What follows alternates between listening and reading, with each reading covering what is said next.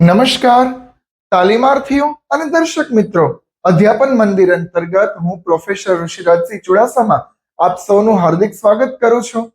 તાલીમાર્થીઓ, આપણે અધ્યેયતાનો અભ્યાસ, અધ્યેયતા અંતર્ગત મનોવિજ્ઞાન એટલે કે P1 ભણી રહ્યા છીએ.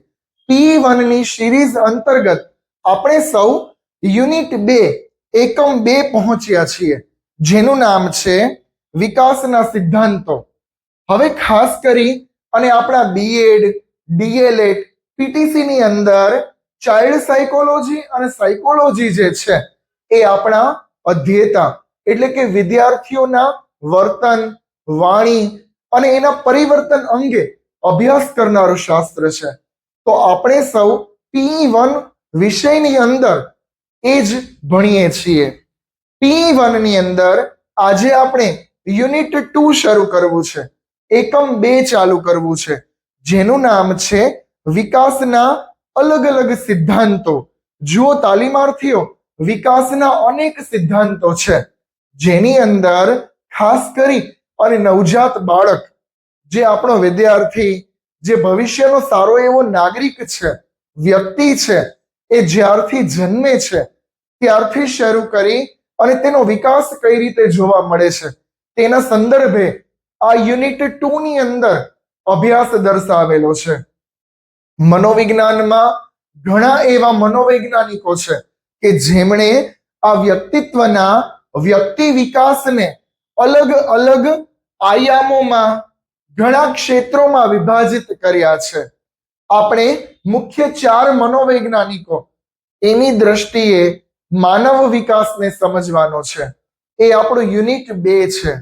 યુનિટ 2 ની અંદર 2.1 આજે આપણે શરૂ કરવું છે, જેનું નામ છે જીન પિયાજે નો જ્ઞાનાત્મક વિકાસનો સિદ્ધાંત. જુઓ તાલીમાર્થીઓ, આ જીન પિયાજે છે, ડોક્ટર જીન પિયાજે. જીન પિયાજે એવા મનોવૈજ્ઞાનિક છે જેમણે ગર્ભાધાનની પ્રક્રિયાથી લઈ અને વ્યક્તિ જ્યાં સુધી પોતાનું જીવન પસાર કરે છે ત્યાં સુધી તેના વર્તન, પરિવર્તન અને વ્યવહારોમાં જે કોઈ બદલાવ, જે કોઈ ફેરફાર આવે છે તેને સવિશેષ તેમના આ અભ્યાસની અંદર દર્શાવ્યા છે. તો આવો આજે આપણે 2.1 ની શરૂઆત કરીએ. ડોક્ટર જીન પિયાજેનો જ્ઞાનાત્મક વિકાસનો સિદ્ધાંત. તાલીમાર્થીઓ, જીન પિયાજેનો જે સિદ્ધાંત છે એનું નામ છે જ્ઞાનાત્મક વિકાસનો સિદ્ધાંત. જ્ઞાનાત્મક વિકાસ એટલે કે જ્ઞાન દ્વારા થતો વિકાસ. એક માર્ક્સની અંદર આ પૂછાય એવો પ્રશ્ન છે, ખાસ યાદ રાખજો. ડોક્ટર જીન પિયાજેના મતે જ્ઞાનાત્મક વિકાસ એટલે જ્ઞાન પ્રાપ્ત કરી વિદ્યાર્થીઓ અને વ્યક્તિઓ જ્ઞાન મેળવી અને તેનો વિકાસ કઈ રીતે કરે છે તેને જ્ઞાનાત્મક વિકાસનો સિદ્ધાંત કહેવામાં આવે છે. ઘણા મનોવૈજ્ઞાનિકોએ વિકાસની અનેક તરાહ દર્શાવી છે. તેમાં જીન પિયાજે નો મત અલગ છે. જીન પિયાજેનો પરિચય આપણે સૌપ્રથમ મેળવીએ તો જીન પિયાજે જ્ઞાનાત્મક વ્યક્તિત્વ વિકાસની ચર્ચા કરેલી છે. જ્ઞાનાત્મક વ્યક્તિત્વનો વિકાસ, તમને એવું પણ પૂછાય પરીક્ષામાં કે જ્ઞાનાત્મક વિકાસ કોણે દર્શાવ્યો, તો જીન પિયાજે નામના મનોવૈજ્ઞાનિકે જ્ઞાનાત્મક વિકાસનો સિદ્ધાંત આપેલો છે. ડોક્ટર જીન પિયાજે 9 ઓગસ્ટ 1896 ના રોજ કેમ્બ્રિજ યુનિવર્સિટીમાં સ્વિટ્ઝરલેન્ડમાં તેમનો જન્મ થયો હતો. મુખ્ય રીતે તેઓ સ્વિસ મનોવૈજ્ઞાનિક માનવામાં આવે છે. તેમણે બુદ્ધિ, ધાર્મિક વૃત્તિઓ, અલગ અલગ સામાજિક વર્તનો, વ્યવહારો અને તેના દ્વારા વ્યક્તિના જ્ઞાન મેળવી અને વિકાસ થાય છે તેની પ્રક્રિયા દર્શાવી છે. તેમણે આશરે 22 વર્ષની ઉંમરે પીએચડી પ્રાપ્ત કર્યું હતું. જીન પિયાજે નામના મનોવૈજ્ઞાનિક 22 વર્ષની ઉંમરે ડોક્ટરેટ થયા હતા. જીન પિયાજે ઔપચારિક શિક્ષણ ખાસ કરી અને પોતાના જીવન દરમિયાન મેળવ્યું હતું. આ જ રીતે જીન પિયાજેની સાથે ડોક્ટર સિગમન્ડ ફ્રોઈડ, યુંગ અને અન્ય મનોવિશ્લેષણવાદીઓએ પણ આ વિશે અભ્યાસ કર્યો છે. જીન પિયાજે મનોવિશ્લેષણવાદના પ્રણેતા ગણાય છે. એક મનોવિજ્ઞાનની અંદર વાદ આપવામાં આવેલો છે જેનું નામ છે મનોવિશ્લેષણવાદ. તો ડોક્ટર જીન પિયાજે, સિગમન્ડ ફ્રોઈડ અને કાર્લ યુંગ આ બધા મનોવૈજ્ઞાનિકો એ મનોવિશ્લેષણવાદના પ્રણેતા માનનારા મનોવૈજ્ઞાનિકો મનાય છે. ડોક્ટર જીન પિયાજે જ્ઞાનાત્મક વિકાસને અલગ અલગ સોપાનોમાં દર્શાવ્યો છે. હવે આપણે સિદ્ધાંતની શરૂઆત કરીએ તો જીન પિયાજે આ જ્ઞાનાત્મક વિકાસને સોપાનો દ્વારા દર્શાવ્યો છે. બાળક જ્યારે પોતાની ઉંમર વધારે છે, ઉંમરની સાથે સાથે તેનો દિલો દિમાગનો પણ વિકાસ કરી જાય છે. ત્યારબાદ નવું નવું જ્ઞાન પોતાની અંદર ભરતો જાય છે. તેને જ્ઞાન અને જ્ઞાનનો વિકાસ માનવામાં આવે છે. ઉંમર વધવાની સાથે સાથે જ્ઞાન મળતું જાય છે અને એ જ્ઞાન જે છે એ મુખ્ય રીતે વ્યક્તિના જીવનમાં તે લાગુ કરે છે. તેને જીન પિયાજે જ્ઞાન દ્વારા વિકાસ થાય છે એવો સિદ્ધાંત માને છે. જ્ઞાનાત્મક વિકાસનો અર્થ આપણે જોઈએ તો જ્ઞાન દ્વારા વિકાસ, અને વિકાસ એ નિરંતર ચાલતી પ્રક્રિયા છે. એટલે જ્ઞાન અને વિકાસ બંને સુસંગત પ્રક્રિયા છે એવું જીન પિયાજે માને છે. જીન પિયાજેના મત પ્રમાણે જ્ઞાન દ્વારા વિકાસ થાય છે, એટલા માટે જ વિકાસ અને જ્ઞાન બંને સુસંગત છે એવું તેઓ માને છે. પિયાજે જ્ઞાનાત્મક વિકાસને મુખ્ય 4 તબક્કાઓમાં દર્શાવ્યા છે. 4 વિભાગમાં જ્ઞાનાત્મક વિકાસને દર્શાવ્યો છે.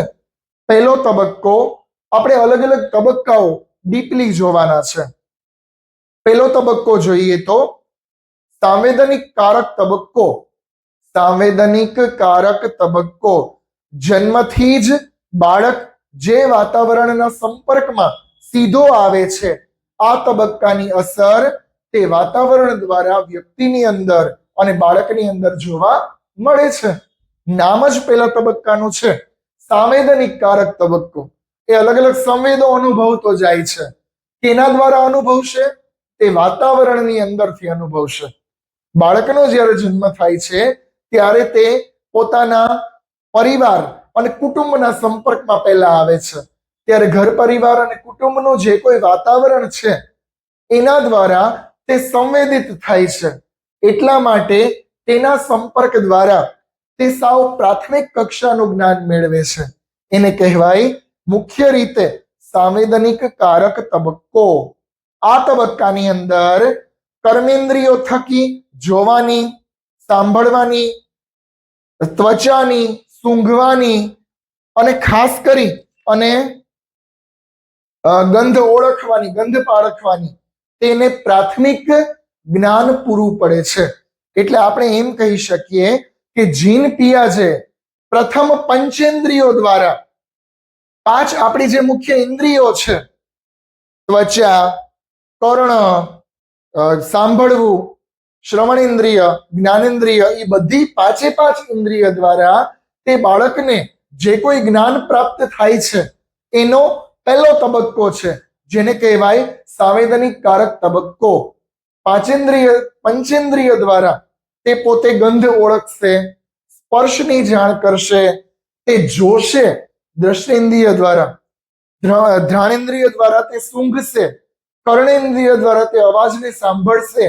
એટલે એને ખ્યાલ આવશે કે કયો સારો અવાજ, કયો ખરાબ અવાજ, કઈ સારી વસ્તુ, કઈ ખરાબ વસ્તુ નેત્ર દ્વારા જોઈને પ્રાપ્ત કરશે. ઘ્રાણેન્દ્રિય દ્વારા તેને સૂંઘીને પ્રાપ્ત થશે કઈ સારી સુગંધ છે, કઈ દુર્ગંધ છે. તો આ રીતે જે પંચેન્દ્રિયનું જ્ઞાન છે એ પહેલા તબક્કાની અંદર બાળકને મળે છે જન્મતાની સાથે જ, જેને કહેવાય છે સાંવેદનિક કારક તબક્કો. સાંવેદનિક કારક તબક્કાની અંદર મુખ્ય રીતે જીન પિયાજે દ્વારા અલગ અલગ પેટા વિભાગો દર્શાવવામાં આવ્યા છે.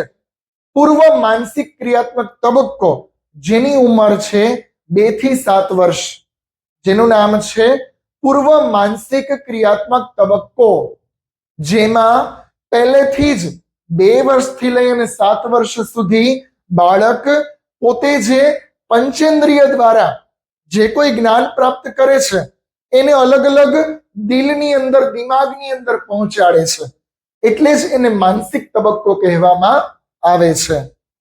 એટલે પૂર્વ માનસિક ક્રિયાત્મક તબક્કો, જેની ઉંમર છે 2 થી 7 વર્ષ. ત્યારબાદ આપણે જોઈએ તો મૂર્ત માનસિક ક્રિયાત્મક તબક્કો. મૂર્ત માનસિક ક્રિયાત્મક તબક્કો, તાલીમાર્થીઓ, જેવું નામ છે એવું જ તેનું કામ છે. મૂર્ત એટલે કે નરી આંખે જોયેલી વસ્તુઓ, આપણે કેમ મૂર્તિ કહીએ છીએ એમ. એટલે બાળક 2 થી 7 વર્ષની અંદર એવી જ કલ્પના કરી શકે છે જે પોતે તે દ્રશ્યમાન સ્વરૂપમાં જોવે છે. એટલે કે મૂર્ત નરી આંખે જે વસ્તુઓ જોવે છે એની જ તે કલ્પના કરી શકે છે, એની જ તે ઇમેજિન કરી શકે છે. એને કહેવાય. એના પછીનો તબક્કો, ત્રીજો તબક્કો, મૂર્ત માનસિક ક્રિયાત્મક તબક્કો, જેમાં વ્યક્તિ એટલે કે વિદ્યાર્થી કે બાળક પોતે કોઈ એક એવી વસ્તુ જોવે છે, એ જોયા બાદ તેની કલ્પના કરે છે.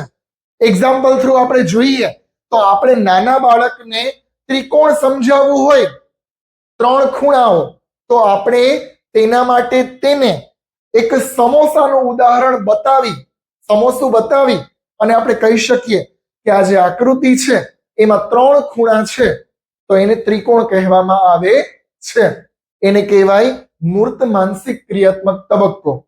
જીન પિયાજે એ જ વાત દર્શાવે છે કે એ ત્રિકોણના 3 ખૂણાને સમજવા માટે આપણે TLM તરીકે સમોસાનો ઉપયોગ કરી શકીએ, એવી કોઈ ત્રિકોણ વસ્તુઓનો ઉપયોગ કરી શકીએ જે મૂર્ત રીતે બાળક નરી આંખે જોઈ શકે છે. તો આ રીતે મૂર્ત માનસિક ક્રિયાત્મક તબક્કાની અંદર સૌ પહેલા તેને મૂર્તિ રીતે નરી આંખે તે બતાવવામાં આવે છે, ત્યારબાદ તે તેની કલ્પના કરી શકે છે. ત્યારબાદનો તબક્કો ઔપચારિક માનસિક ક્રિયાત્મક તબક્કો, જેની ઉંમર છે 11 થી 15 વર્ષ. ઔપચારિક માનસિક ક્રિયાત્મક તબક્કો, જેની ઉંમર 11 થી 15 વર્ષ. ઔપચારિકની વાત છે. એવો માનસિક ક્રિયાત્મક તબક્કો કે જેમાં મુખ્ય રીતે ઔપચારિક વસ્તુઓની વાત કરવામાં આવે, જે બાળકના સંપર્કમાં છે, જે વસ્તુઓ બાળક સારી રીતે ફીલ કરી શકે છે, સારી રીતે જોઈ શકે છે, એને કહેવાય ઔપચારિક માનસિક ક્રિયાત્મક તબક્કો. એ જોઈ અને પોતાની ક્રિયામાં એ વસ્તુને લેશે એટલે તેને ક્રિયાત્મક તબક્કો કહેવામાં આવે છે, જેની ઉંમર 11 થી 15 વર્ષની માનવામાં આવે છે. અલગ અલગ ઘણી એવી ક્રિયાઓ કે જે પોતે પોતાની રીતે અનુભવે છે, પોતે જોઈ, ફીલ કરી અને અનુભવે છે, પછી બાળક તેના વિશે કલ્પના કરી શકે છે. એટલા માટે તેને ઔપચારિક તબક્કો કહેવામાં આવે છે. તો આ રીતે તાલીમાર્થીઓ જ્ઞાનાત્મક વિકાસ જીન પિયાજે મુખ્ય 4 સોપાન દ્વારા, 4 તબક્કાઓ દ્વારા દર્શાવે છે. 4 ના આપણે નામ રિપીટ કરી જઈએ. પહેલો તબક્કો સાંવેદનિક કારક તબક્કો, બીજો તબક્કો પૂર્વ ક્રિયાત્મક તબક્કો, ત્રીજો મૂર્ત ક્રિયાત્મક તબક્કો, ચોથો અમૂર્ત ક્રિયાત્મક તબક્કો. જે રીતે તેના નામ છે એ જ રીતે તે તબક્કાની અંદર વર્તન જોવા મળે છે. જેમ કે પહેલાનું નામ છે સાંવેદનિક કારક તબક્કો, તો તેમાં સંવેદન દ્વારા, પંચેન્દ્રિયો દ્વારા જ્ઞાન પ્રાપ્ત થાય છે. બીજો તબક્કો પૂર્વ ક્રિયાત્મક તબક્કો, ક્રિયા કરવી છે પરંતુ પૂર્વની જે તૈયારીઓ છે એ બીજા તબક્કામાં જોવા મળે. ત્રીજો તબક્કો મૂર્ત ક્રિયાત્મક તબક્કો, મૂર્તિમંત જે નરી આંખે વસ્તુઓ જોઈ શકે છે તેનો તબક્કો એ મૂર્ત ક્રિયાત્મક તબક્કો. અને ચોથો તબક્કો અમૂર્ત ક્રિયાત્મક તબક્કો. ચોથા તબક્કાની અંદર, ચોથા સોપાનની અંદર બાળક પોતે મેચ્યોર થઈ ગયું હોય છે, એટલા માટે તે જે વસ્તુ નથી જોઈ તેની પણ કલ્પના કરી શકે છે. એટલે ચોથાનું નામ છે અમૂર્ત ક્રિયાત્મક તબક્કો. જે નરી આંખે નથી જોયું, અમૂર્ત છે, તેનું પણ તેને જ્ઞાન પ્રાપ્ત થાય છે. તો આ રીતે જીન પિયાજે દ્વારા મુખ્ય 4 સોપાનો 4 તબક્કાની અંદર વ્યક્તિત્વનો વિકાસ થાય છે. એને જ્ઞાનાત્મક વિકાસ માનવામાં આવે છે. તો ત્યારબાદ આપણે જ્ઞાનાત્મક વિકાસ એના શૈક્ષણિક ફલિતાર્થો જોઈએ. જ્ઞાનાત્મક વિકાસનો જે સિદ્ધાંત છે એ સિદ્ધાંત સમજ્યા બાદ હવે આપણે તેના શૈક્ષણિક ફલિતાર્થો જોવાના છે. શૈક્ષણિક ફલિતાર્થો ઇન ધ સેન્સ કે આપણે આની પહેલા પણ ચર્ચા કરી ગયા છીએ કે એવા ફલિતાર્થો જે એઝ અ ટીચર આપણને બાળકની પ્રગતિમાં, બાળકની ટ્રેનિંગની અંદર આપણને હેલ્પફુલ થાય, એને કહેવાય શૈક્ષણિક ફલિતાર્થો. તો સૌ પહેલા તો આ સાંવેદનિક કારક તબક્કો જે છે એ જ્ઞાનાત્મક વિકાસનો તબક્કો, એ મુખ્ય રીતે તમારા માઇન્ડની અંદર કોન્સેપ્ટ ક્લિયર કરી જાઓ. હવે આપણે જોઈએ શૈક્ષણિક ફલિતાર્થો. પહેલો ફલિતાર્થ, પહેલો પોઈન્ટ, ખ્યાલોનું શિક્ષણ. સાવ પ્રાઇમરી અને પ્રી પ્રાઇમરી લેવલે બાળકને ખ્યાલોનું શિક્ષણ આપવું પડે. મુખ્ય ખ્યાલ, મૂળભૂત ખ્યાલ, જેમ કે આપણે વસ્તુઓ દર્શાવી અને બાળકને કહીએ, દડો દર્શાવીએ, બોલ, અને એ દર્શાવીને કહેવાય કે આને ગોળ કહેવાય છે અને રાઉન્ડ કે સર્કલ કહીએ છીએ. તો આ રીતે જે પ્રાથમિક ખ્યાલો છે એની માહિતી આપણે આ તબક્કાની અંદર TLM દ્વારા અલગ અલગ ચાર્ટ, ચિત્ર, વસ્તુઓ દ્વારા આપણે આપવી જોઈએ. બીજું શૈક્ષણિક ફલિતાર્થ મૂર્ત અમૂર્ત તરફ. સૌથી પહેલા વિદ્યાર્થીઓને, નાના બાળકોને વસ્તુઓ બતાવવી જોઈએ. વસ્તુઓ બતાવી અને આપણે તેને મૂર્તથી અમૂર્ત સુધી લઈ જવા જોઈએ. હમણાં આપણે જે એક્ઝામ્પલની વાત કરી એની જ હું પાછી વાત કરીશ કે ત્રિકોણની રચના દર્શાવવી હોય તો તમારે એની સામે સમોસું અથવા એવો કોઈ ત્રિકોણ આકાર લઈ આવવો પડે. પછી કહેવાય કે આ જે વસ્તુ છે એને ત્રિકોણ કહેવામાં આવે છે. મૂર્તથી અમૂર્ત તરફનો ખ્યાલ આપણે જેનો અધ્યાપન સૂત્રમાં પણ ઉપયોગ કરીએ છીએ. ત્યારબાદનું ચોથું ફલિતાર્થ જૂથ શિક્ષણ. જ્ઞાનાત્મક વિકાસના સિદ્ધાંતની અંદર જૂથમાં કાર્ય કરાવવું જોઈએ. આમ પણ નાના બાળકો હોય છે એટલે ટીમ વર્ક કરાવવાની વાત કરે છે. આપણે તેને જૂથમાં કાર્ય કરાવીએ, અલગ અલગ વિભાગોમાં વહેંચીને કાર્ય કરાવીએ તો તેઓ સારી રીતે કાર્ય કરે છે અને ક્રિયા દ્વારા શિક્ષણ તેને પ્રાપ્ત થાય છે. ત્યારબાદ પાંચમો પોઈન્ટ છે પ્રશ્ન કૌશલ્ય. તેઓ કાર્ય કરતા કરતા, ક્રિયા કરતા કરતા તમને ઘણા બધા પ્રશ્ન પૂછશે તો બાળકનું પ્રશ્ન કૌશલ્ય પણ ખીલશે. એ તેનો શૈક્ષણિક ફલિતાર્થ છે. અને બાળક જે આપણને પ્રશ્ન પૂછે છે એનો આપણે તેને જવાબ આપવાનો છે. છઠ્ઠો પોઈન્ટ છે અધ્યાપન પદ્ધતિ. મુખ્ય રીતે જીન પિયાજે દર્શાવે છે કે ક્રિયા દ્વારા શિક્ષણની અધ્યાપન પદ્ધતિ, જ્ઞાન દ્વારા ગમ્મતની અધ્યાપન પદ્ધતિ આ સિદ્ધાંતની અંદર વાપરવી જોઈએ. તો આ રીતે તાલીમાર્થીઓ આપણે સૌએ જીન પિયાજેનો જ્ઞાનાત્મક વિકાસનો સિદ્ધાંત જોયો, જેમાં મુખ્ય રીતે તે સિદ્ધાંત શું છે તેનો અર્થ સંકલ્પના જોઈ. ત્યારબાદ આપણે અલગ અલગ 4 સોપાનોમાં 4 પોઈન્ટની અંદર 4 તબક્કામાં તેમણે આ જ્ઞાનાત્મક વિકાસનો સિદ્ધાંત દર્શાવ્યો છે એ જોયું અને ત્યારબાદ આપણે તેના શૈક્ષણિક ફલિતાર્થો જોયા. તો આ રીતે 2.1 અહીંયા આપણું પૂરું થાય છે. તાલીમાર્થીઓ મોસ્ટ આઈએમપી છે કે જીન પિયાજેનો જ્ઞાનાત્મક વિકાસનો સિદ્ધાંત બીએડ, ડીએલએડ, પીટીસીની પરીક્ષા ઉપરાંત ટેટ અને ટાટની પરીક્ષામાં પણ આ જ્ઞાનાત્મક વિકાસનો સિદ્ધાંત જીન પિયાજેનો મોસ્ટ આઈએમપી છે. એટલા માટે તમે સાવ શાંતિથી આ 2.1 આ સિદ્ધાંત જે છે એ ભણતા જજો અને તમને કંઈ પણ ન સમજાય તો આપ મને કમેન્ટ દ્વારા જણાવી શકો છો. મેઇન પોઈન્ટ તમે નોટ ડાઉન કરતા જજો. બાકી આ સિદ્ધાંત મોસ્ટ આઈએમપી છે. આવા ને આવા વિડીયો જોવા માટે મારી ચેનલને વધુને વધુ લાઈક અને સબસ્ક્રાઇબ કરો. ત્યાં સુધી સૌનો આભાર. Thank you.